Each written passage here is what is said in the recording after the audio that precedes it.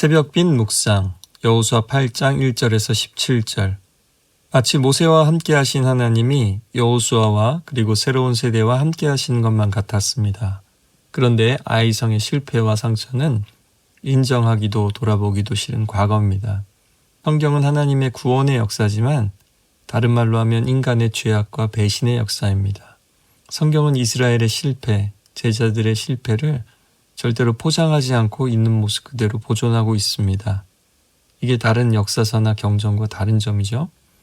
잠시 모세가 자리를 비운 사이 시내산에서 금송아지를 만들고 제사장 아론의 아들들이 성소에서 다른 불을 드리고 출애굽에 행하신 일들을 보고도 가데스에서 가나안에 들어갈 수 없다는 이스라엘, 예수님을 파는 제자 유다와 예수님을 모른다고 부인했던 베드로, 헌금을 안 낸 게 아니라 일부만 냈다가 죽음을 맞이한 아나니아와 삽비라, 넘지 말아야 할 선을 넘었고 일어나지 말아야 할 일들이 일어났지만 결코 그것은 하나님 이야기의 끝은 아니었습니다. 하나님은 오늘 여호수아에게 격려가 필요하다는 것을 아십니다.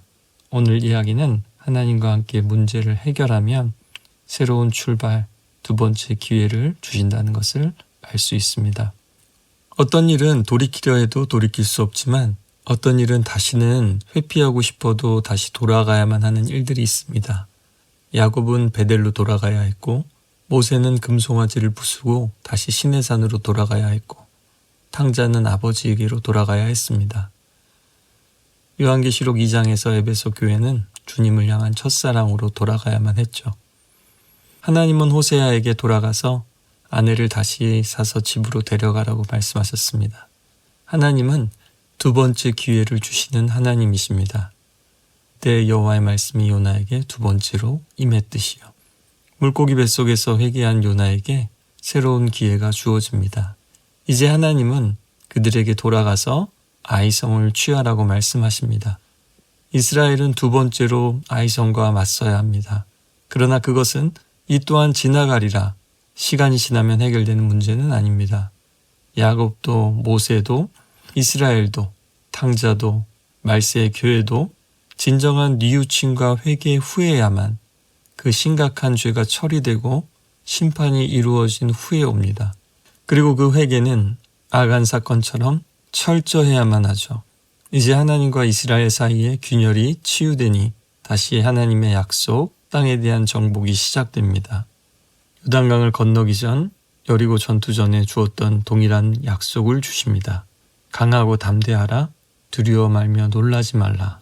모세가 죽고 떨고 있는 여호수아에게 이스라엘을 이끌기 전에 이렇게 말씀을 하셨습니다. 이제 두려워하지 말라, 놀라지 말라. 군사를 다 거느리고 일어나 아이로 올라가라. 1절에 말씀합니다. 여리고성 전투에 앞서서 여호수아에게 보라, 내가 여리고와 그 왕과 용사들을 내 손에 넘겨주었으니 라고 말씀하셨던 것처럼 보라, 내가 아이성과 그의 백성과 그의 성읍과 그의 땅을 다 내 손에 넘겨주었으니 라고 또한 말씀합니다. 아이성의 실패와 트라우마 앞에서 다시 한번 확신을 주시는 겁니다. 여호수아는 이 하나님의 말씀을 기억하면서 새롭게 들으면서 하나님과 그분의 목적과 약속이 변하지 않았음을 깨닫게 됩니다. 우리는 약속을 못 지키고 실패하고 넘어지지만 하나님의 약속은 일관되고 진실하고 신실합니다. 하나님께서 군사들을 다 데리고 일어나라 말씀하시니 여호수아가 이제 군사들과 더불어 일어납니다. 우리가 부끄러움과 실패 속에서 다시 일어날 수 있는 것은 우리의 잠재력과 우리의 의지 때문이 아닙니다. 우리에게 그럴 만한 용기와 끈기가 있기 때문이 아니라 하나님이 여전히 그를 위해 일하고 헌신하고 계시기 때문입니다. 우리는 우리가 헌신하는 것 같지만 사실은 하나님이 우리를 위해서 헌신하신 것, 그 사랑을 깨달을 때에야만 우리의 헌신도 지치지 않게 됩니다. 흘러 넘치는 것이 되죠. 잘 티가 나지 않지만 오늘 본문을 자세히 읽어보면 첫 번째 아이성 전투와 다른 점들이 있다는 것을 알 수 있습니다. 처음에는 작은 성이라고 거기 맞춰서 작은 병력을 보냈다가 여전한 적의 숫자에도 불구하고 두 번째는 과할 정도로 많은 군사가 올라갑니다. 전쟁은 숫자에 달려있지 않다는 하나님의 가르침에 순종하며 배운 것입니다. 그리고 10절을 보면 이전과 달리 군 지휘관이 아니라 지파의 장로들이 선봉에 서고 온 백성이 따르고 있습니다. 전쟁은 군사력과 전략의 문제가 아니라 이 전쟁은 믿음의 문제, 또 적들이 문제가 아니라 하나님과의 관계의 문제, 또 공동체의 거룩함과 연합이 문제라는 것을 깨달은 것이죠. 그리고 그것을 하나님 앞에 믿음으로 보이는 겁니다. 행동으로 보이는 겁니다. 이러한 믿음과 순종의 결과 여리고 성처럼 아이성은 불태워지고 그 왕과 적들은 몰살당합니다. 그리고 또 달라진 점이 있습니다. 너는 여리고와 그 왕에게 행한 것 같이 아이와 그 왕에게 행하되 오직 거기서 탈취할 물건과 가축은 스스로 가지라. 여리고 때와는 달리 아이성의 전리품과 약탈물은 이스라엘 백성들의 것이 됩니다. 이 구절은 하나님의 관대하심과 아간의 어리석음을 극명하게 보여줍니다. 아간이 하나님께 순종하고 인내했다면 가문의 몰락과 이런 재산의 파괴를 막을 수 있었을 것입니다. 하나님은 진노하시면서 얼마나 안타까우셨을까요? 또 우리는 하나님 앞에서 아간과 다를까요? 하나님은 우리가 하나님을 최고의 자리에 모시고 인정하면요, 하나님은 일부러 인색하게 하지 않으십니다. 시편은 그래서 하나님의 후대하심, 넉넉하게 차고 넘치게 부어주시는 은혜를 찬양합니다. 우리가 선하심과 인자하심과 하나님의 공급하심에 대한 신뢰를 잃어버릴 때 이 탐욕이 암처럼 자라나죠. 사탄이 기가 막히게 속이는 것이 바로 이것입니다. 하나님이 에덴 동산, 아니 온 우주의 것들을 다 아담에게 주시고 다스리고 정복하라 하셨습니다.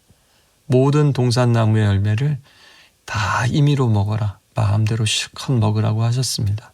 그리고 오직 하나, 단지 선악과만 먹지 말라고 하셨습니다.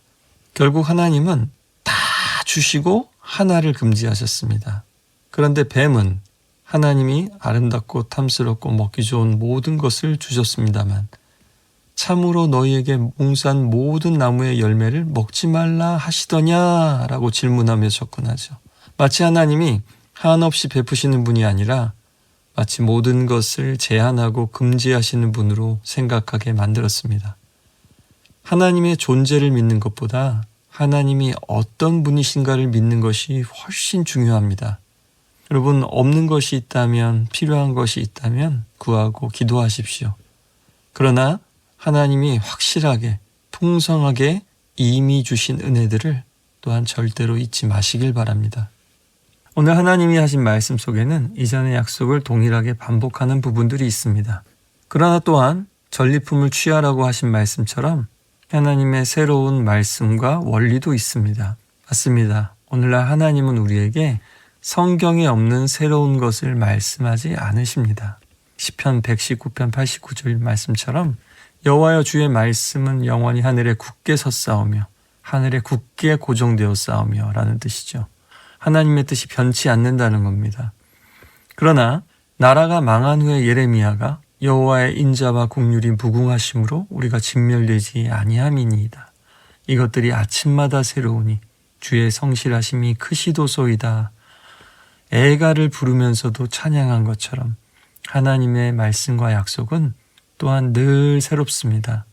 성도 여러분, 하나님과도 사랑하는 남편과도 아내와도 자녀들과도 또 사랑하는 성도들 사이에도 늘 변치 않는 사이가 되시길 바랍니다. 그러나 동시에 늘 새롭고 실증나지 않고 냉랭해지지도 않는 날마다 새로운 사이가 되시길 바랍니다.